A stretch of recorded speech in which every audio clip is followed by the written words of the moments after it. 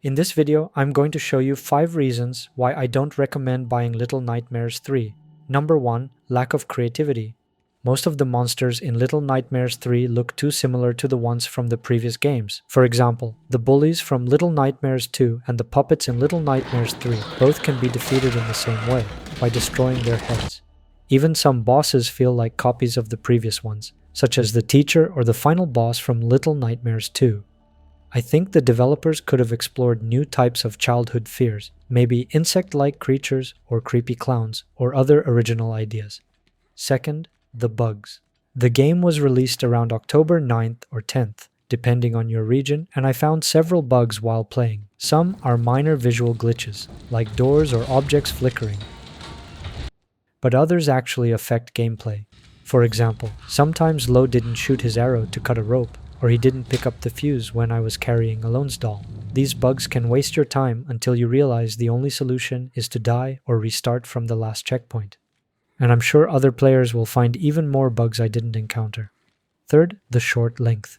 The first Little Nightmares took around 3 to 5 hours to complete, and Little Nightmares 2 took about 5 to 7 hours, which was a great improvement.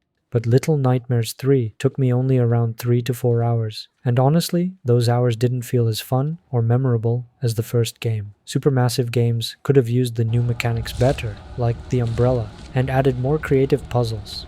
My overall experience felt like a downgrade compared to the previous 2 games. Fourth, the price. I bought Little Nightmares 3 on pre-order, but honestly, I don't think it's worth the $40 I paid. I'd really recommend waiting for a sale before buying it. The experience doesn't justify the price. The baby monster is too easy to avoid. There are no real traps like in Little Nightmares 2. Enemies feel recycled, and puzzles are too simple. At times, I felt like I was just walking around instead of actually playing. And number 5, the story. In the first Little Nightmares, we follow Six and her strange hunger until she confronts the lady and reaches her ending.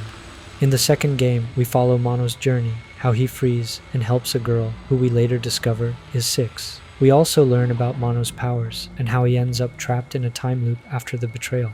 But in Little Nightmares 3, honestly, I have no idea what's going on. We see Lo traveling through mirrors, which somehow affects Alone, but there's no explanation why. Lo also appears locked in a padded room, always hiding from someone, but we never know who. And when the game ends, there's no real connection between the final boss and Lo. It all feels unfinished and confusing.